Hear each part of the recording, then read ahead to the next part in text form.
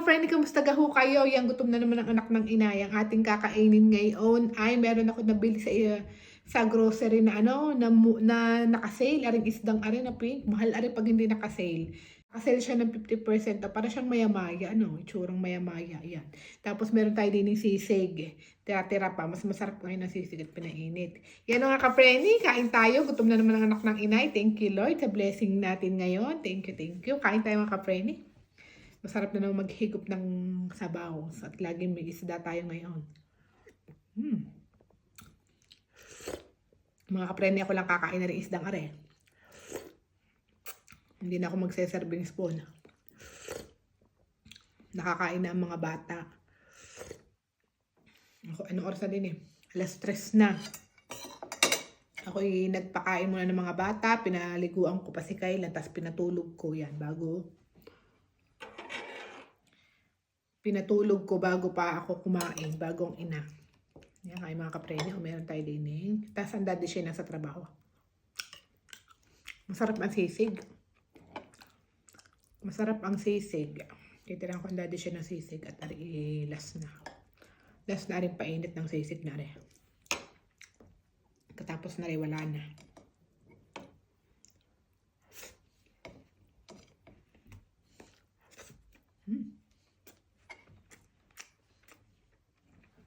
Sarap.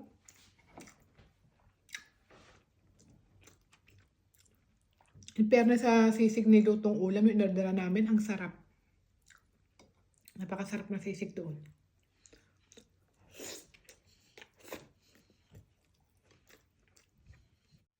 Sarap na sabaw.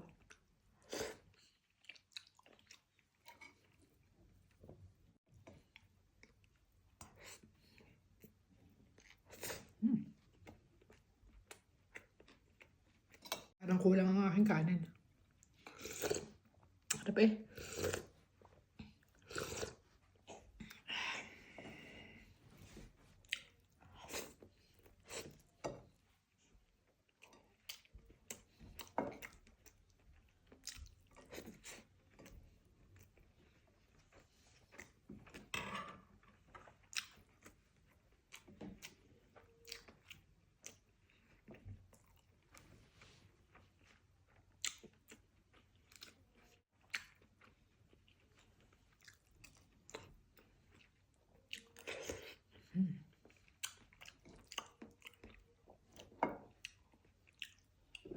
Tubig.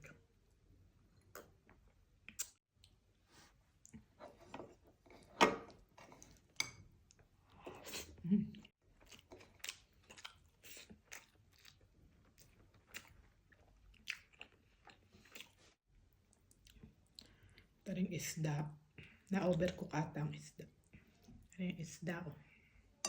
Ayan. Ang kakainin.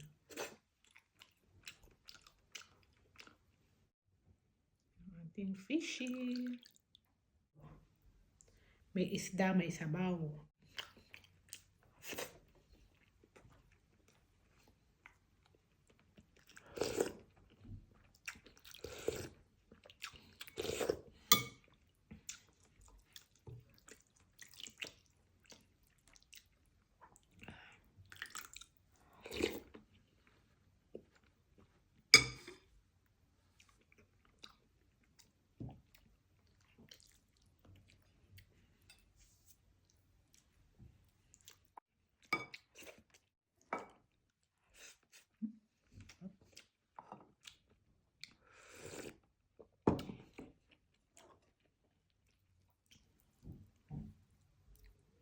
Matinik lang isdang are.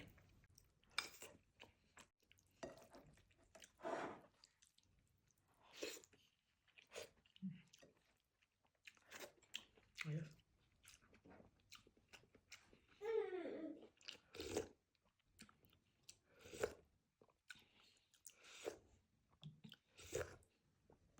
Tulog si Kyle yan. Doon ako mag-iimik.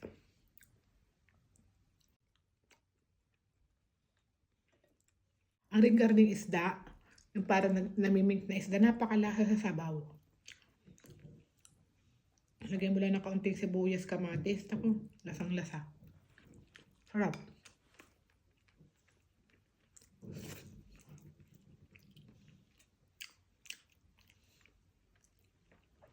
Ari na rin na pinakain ko sa mga bata kanina. Gustong gusto.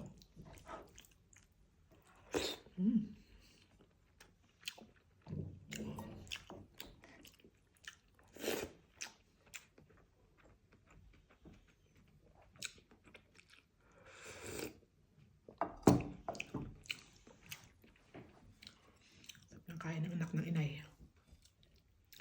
Nakabubuntat naman ang anak ng inay ng ayos.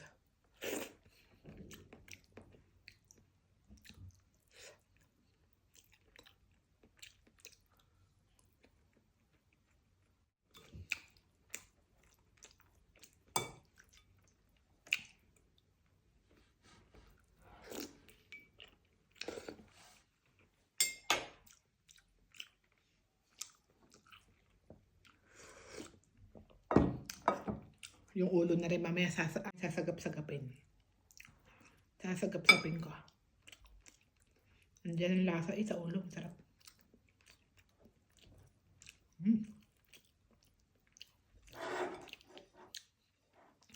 Yan napansin na rin ano.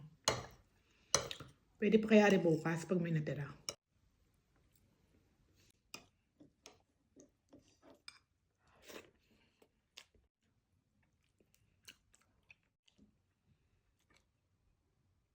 Ayan. Ayos.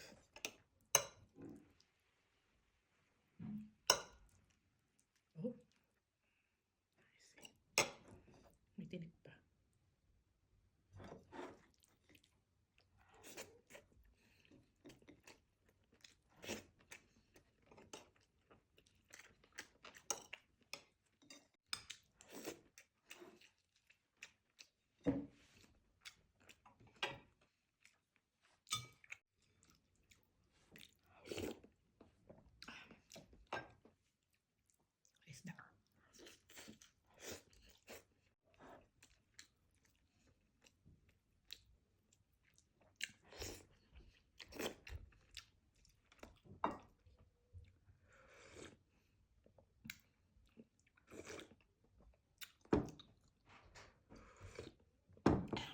Sisimutin ko mamaya ang ulo ng isda.